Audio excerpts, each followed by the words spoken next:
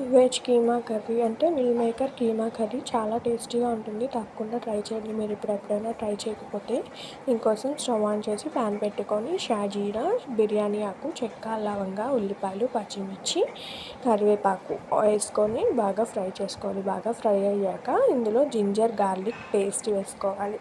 అది వేసుకొని బాగా కలుపుకొని ఫ్రై చేసుకోవాలి. అది కూడా బాగా ఫ్రై అయ్యాక మిక్సీ జార్లో టమోటాస్ తీసుకొని బాగా ప్యూరీ చేసుకొని టమోటా ప్యూరీ కూడా ఇందులో వేసి బాగా కలుపుకోవాలి. వాటర్ అంతా వెళ్ళి దగ్గరికి వచ్చేంత వరకు కలుపుకోవాలి.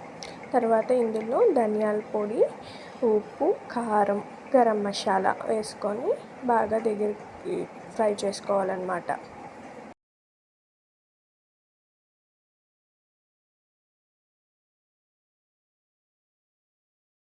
అలా ఫ్రై అయ్యాక ఇందులో 2 టేబుల్ స్పూన్ పెరుగు వేసుకోవాలి. పెరుగు కూడా బాగా దగ్గరికి వచ్చి ఫ్రై అయ్యాక ఇందులో మనం ముందుగా నానబెట్టుకున్న మిల్ మేకర్ ఉంటుంది కదా, సో అది మిక్సీ కానీ లేదా సన్నగా చాప్ చేసుకొని కీమాలా చేసి అన్ని ఇందులో వేసి కొంచెం సేపు కలుపుకొని వాటర్ అడ్జస్ట్ చేసుకోవాలి. కర్రీకి సరిపడంత వాటర్ వేసుకొని కుక్ అవనివ్వాలి.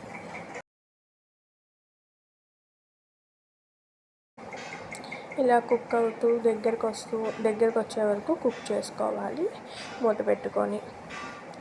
ఇలా కర్రీ అంటే దగ్గరికి వచ్చేసాక లాస్ట్లో మీ దగ్గర ఉండే కొత్తిమీర వేసుకొని సర్వ్ చేసుకోండి. చాలా టేస్టీగా ఉంటుంది.